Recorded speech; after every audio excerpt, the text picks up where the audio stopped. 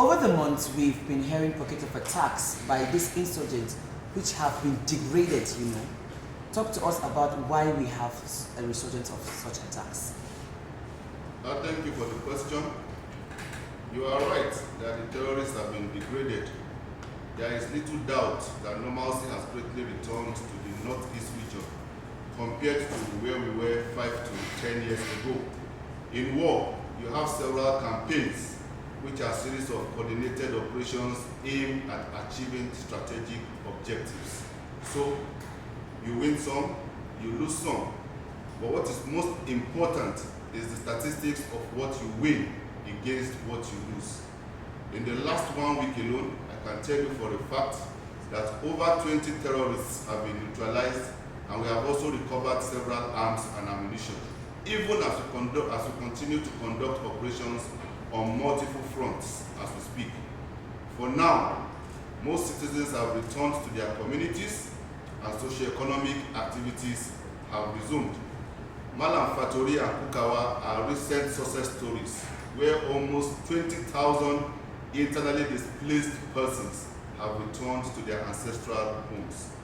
However, what is happening in Nigeria is not unconnected to the situation in the greater Sahel region, where barracks in neighboring countries are being ransacked and weapons carted away. These weapons find their way down into Nigeria due to our large and porous borders, thereby re-energizing the fight. 2 years ago, we were ready to say that the conflict was over, but the deterioration in the security among Sahel states have also affected us. So, in spite of this progress, the terrorists have also adapted. This is possible also due to the relative ease with which they can access technology. For instance, since November of last year, we noticed the introduction of the use of armed drones to carry out attacks. Like you will find out in Israel and Ukraine, these drones are difficult to detect by conventional radar detection systems. So bring us up to speed if there's any re-strategy the army is doing in its operations now. Okay, thank you. In the last 2 months, we have been re-strategizing and reorganizing. The Chief of Army Staff was here just a week ago, and several changes have been made in theater.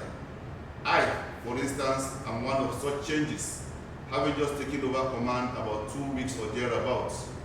Additional platforms and personnel are being inducted into the theater, but what the terrorists have resorted to doing is carrying out multi-pronged attacks on several isolated and vulnerable deployments and using it as a propaganda, which is why we are also reviewing our deployments.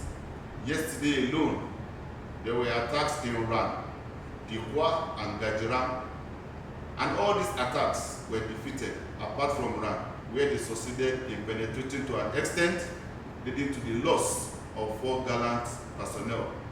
However, let me reassure you that the overall resolve of the Nigerian military is that we will completely defeat this terrorism and restore peace to the region once and for all in the shortest possible time.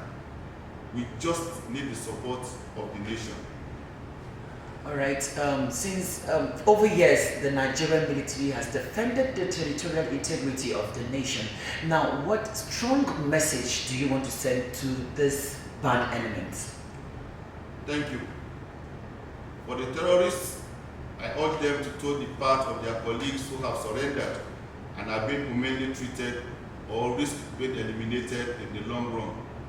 The military is fully resolved and resourced to bring the battle to a favorable conclusion. Our troops are highly motivated and our resilience is not dampened. Several welfare initiatives have been instituted by the military hierarchy, and this has boosted the morale of our troops. This is the level of seriousness that the government attaches to this conflict, and in time, we will completely defeat terrorism. And what message do you have to citizens of Nigeria? Thank you. It is important for the Nigerian populace to understand the nature of the conflict and the space within which we have to operate. For instance, this entire theater of operation is over 150 square kilometers. That is larger than several countries put together. But let us even take the Timbuktu Triangle, which is one of the epicenters of this conflict. It is over 11,000 square kilometers in size, which is larger than Rivers, Bayelsa, and Osun states. Internationally, the Timbuktu Triangle is larger than Jamaica, Kosovo, as well as the Republic of Gambia. So, as a military, we need to be methodical and have a phased operation. In asymmetric warfare, Sun Tzu famously said, you have to separate the water from the fish. That is the terrorists from the populace. Security is therefore a collective responsibility and not just for the men in uniform. Nigerians must continue to assist the military in fishing out the bad elements. Let me give you an example. Last week alone, we were able to capture 13,000 liters of premium motor spirit, that is petrol, which was intercepted by our personnel headed for the terrorist enclave in the middle of the night. This amount will keep the terrorist motorcycles operational for the next 1 year. Therefore, it is expedient that the entire community joins in assisting the military to fight terrorism. Thank you very much, sir. Thank you.